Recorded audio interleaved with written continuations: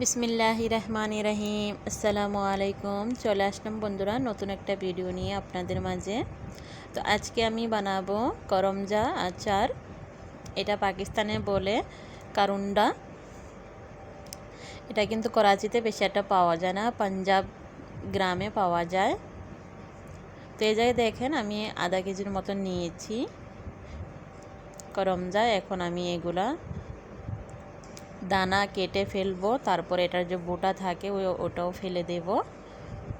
তো এই জায়গায় আমি লেবু নিয়েছি। লেবু দিয়ে আমি সুন্দর টক করে নেব, যেহেতু আমার মেয়ে খাবে আচারটা, আর আমি টাটি বা সিরকা ব্যবহার করব না, লেবুর রস দিয়ে টক করব আচারটাকে। আর যেহেতু করমজা অনেক টক, তো বেশি একটা টক দিতে হবে না। তো এই যে দেখতে পাচ্ছেন আমি বোটাগুলো ফেলে দিচ্ছি। সবগুলোর ভিতরে নাই, কিছু কিছু করমজার ভিতরে বোটা আছে, ওটা আমি ফেলে দিচ্ছি। আর পচা গলা আছে কিনা ওটাও চেক করে নিয়েছি। তারপরে আমি একটা ছুরি দিয়ে এভাবে কেটে এটার ভিতরে যে দানাটা থাকে ওই দানাটা কিন্তু একটু শক্ত, আর তাছাড়া অনেক তিতা। যদি আমি দানাটা শুধু ব্যবহার করি তাহলে কিন্তু আচারটা খেতে তিতো লাগবে। তো আমি এভাবে দেখেন ছুরি দিয়ে কেটে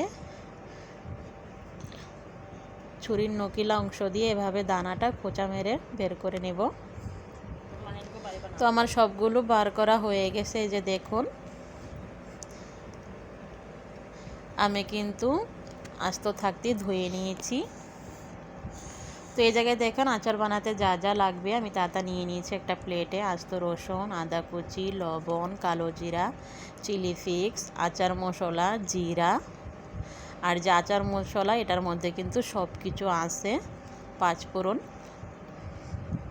আর এই জায়গায় নিয়ে নিয়েছি সরিষার তেল। এটা কিন্তু 1 নম্বর খাঁটি সরিষার তেল। যে জায়গায় সরিষা ভাঙানো হয় ওই জায়গা থেকে নিয়ে আসে আমার হাজব্যান্ড। তো আমি কড়াইতে তেলটা ভালো করে গরম করে নেব। তেলটা গরম হয়ে গেছে, এখন আমি সবগুলা মশলা এভাবে দিয়ে দিচ্ছি তেলের মধ্যে। মশলাটা যখন একটু ভাজা হয়ে যাবে ভালো করে, যখন একটু ঘ্রাণ আসবে, আপনারা চিলি ফ্লেক্সের জায়গায় আস্ত শুকনো লাল মরিচও দিতে পারেন, এতে করে দেখতে খুব সুন্দর হয়, কালারটাও ভালো হয়। তো আমার কাছে ছিল না, আমি চিলি ফ্লেক্সই দিয়ে দিয়েছি। এখন দেখুন আমি করমজা দিয়ে দিয়েছি।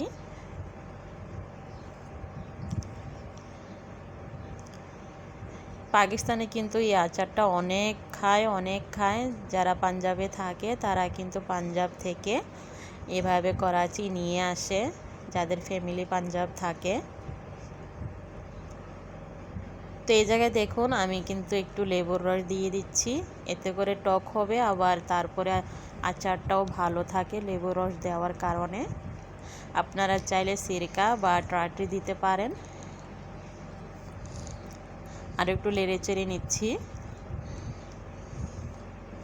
আমি কিন্তু চুলার আঁচ কম করে দিয়েছি, হালকা চুলায় এটা করে নেব। তো আমি যেহেতু একটু আচারটা টক বানাবো এই কারণে আমি একটু তেঁতুলও দিয়ে দিয়েছি।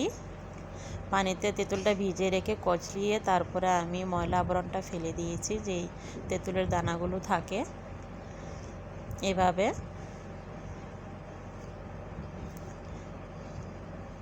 তো আমি 2-3টা কাঁচামরিচও দিয়ে দিলাম একটু দেখার জন্য, যদি দেখতে সুন্দর লাগে।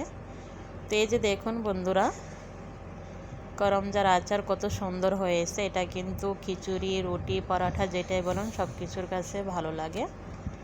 তো কেমন হলো জানাবেন করমজার আচারটা, আর পুরো ভিডিও দেখবেন, লাইক কমেন্ট করবেন। আল্লাহ হাফেজ।